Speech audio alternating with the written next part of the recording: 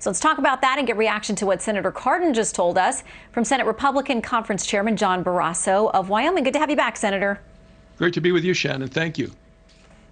All right, you heard what your colleague across the aisle there said. He said, listen, this was the argument that Mitch McConnell made back in 2016. He's making a wholly different argument now. Everybody is pointing at each other based on what they said in 2016 and now and claiming hypocrisy. How do you respond to what he said?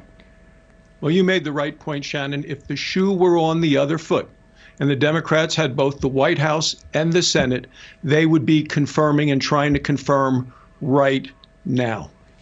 29 times in an election year for the president, there's been a vacancy in the Supreme Court. And when one party controlled both the White House and the Senate, they went forward with that nomination and they were usually approved. But if they were of different parties, and this is the Biden rule, Joe Biden talked about this when he was chairman of the Judiciary Committee. When he told George Herbert Walker Bush there was a vacancy, Biden would block it because it was a Republican president and a Democrat Senate. So we're moving forward. I know what's going to happen. The president's going to make a nomination this week. Lindsey Graham is going to start hearings in the Judiciary Committee, and we will vote this year on that nominee. Okay, it makes a difference for a lot of folks whether you vote before or after the actual election, even if you've already started the process with a nominee through the committee process. We talked about Senators Susan Collins and Lisa Murkowski talking about the fact that they think the next vacancy needs to be filled by the person who was elected on November 3rd. So even if you proceed up until the presidential election, you've got a nominee, the process is started. Do you think that whether it's before or after, you're not going to have either of these senators voting with you unless the president is resoundingly reelected on November 3rd? Well, first, every senator speaks for themselves. I have great respect for every member of the Senate. I'm the chairman of the conference. The president's going to make a nomination, and every senator is going to be asked to offer advice and consent, and will have an opportunity and an obligation to vote. Now, what I did want to point out, that one question that Senator Cardin wouldn't answer of yours is, what's Chuck Schumer going to do? And let me be very clear. If the Democrats win the White House and the Senate and have the House, they will change the rules. They will blow up the Senate. They have an entire war room working on this.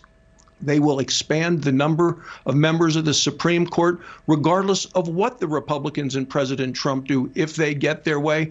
Now, Ruth Bader Ginsburg said 9 is the right number on the court. She said they shouldn't expand the court. She said it makes it too political.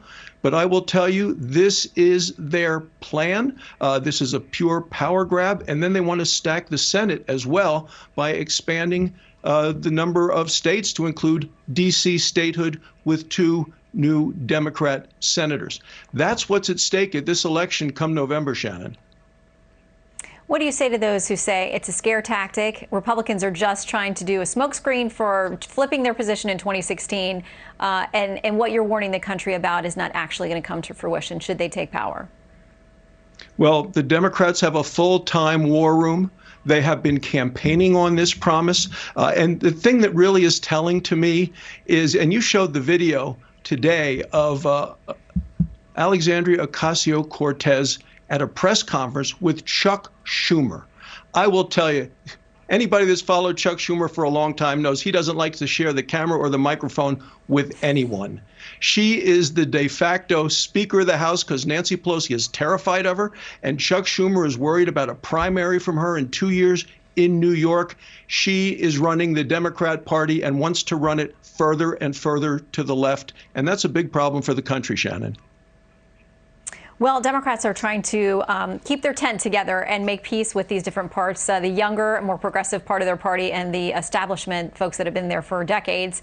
We'll see who wins out as this moves forward. Senator Barrasso, thank you. Always good to see you. Thanks, Shannon.